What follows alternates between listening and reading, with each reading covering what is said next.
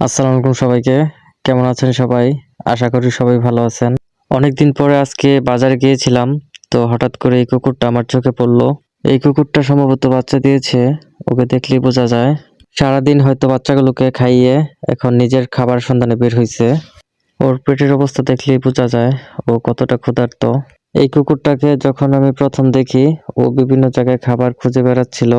রাস্তায় তো সবসময় খাবার থাকে না, আর রাস্তার এই কুকুরগুলোকেও মানুষ ওইভাবে দেখে না, খাবার দেয় না। এই কুকুরগুলো যখন মানুষের কাছে কাছে গিয়ে মুখ তুলে একটু খাবারের আশায় তাকিয়ে থাকে, তখন মানুষগুলো করে কি, ওদেরকে ধরে ধরে মারে। এই তো কিছুদিন আগে একটা কুকুরকে দেখলাম, ওর নাক বরাবর সম্ভবত একটা কোপ দিছিল। ওর নাকটা জাস্ট ঝুলতেছে আমি দেখলাম।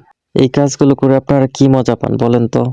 মানে কতটা অমানবিক হলে একটা মানুষ এইরকম একটা কাজ করতে পারে।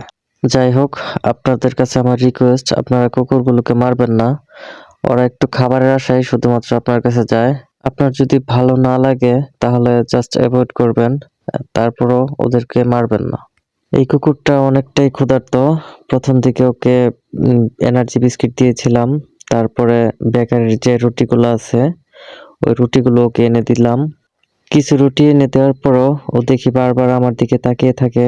তারপর ভাবলাম যে ওর পেট ভরে নাই, ওকে আরো কিছু রুটি দেওয়া উচিত। এই যে আরো 2টা রুটি নিয়ে আসলাম ওকে দেওয়ার জন্যে।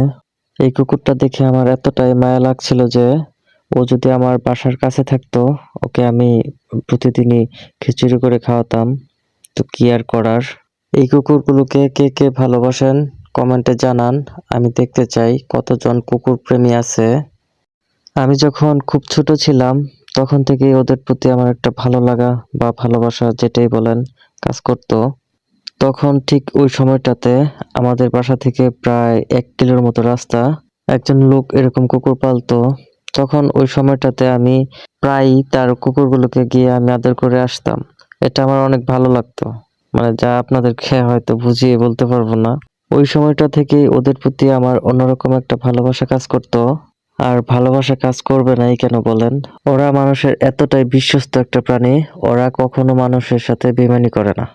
মানুষ মানুষের সাথে বেইমানি করে, কিন্তু ওরা কখনোই করে না। যাই হোক বন্ধুরা, ভিডিওর এই পর্যায়ে আমার বন্ধু এই কুকুরটাকে এমন একটা কথা বলছে, আমরা সবাই মিলে অনেক হাসাহাসি করলাম। তো আমার বন্ধু এই কুকুরটাকে বলতেছে, যা যা এইটুকুই দোয়া করিস। এইটা নিয়ে আমরা সবাই অনেক হাসাহাসি করলাম।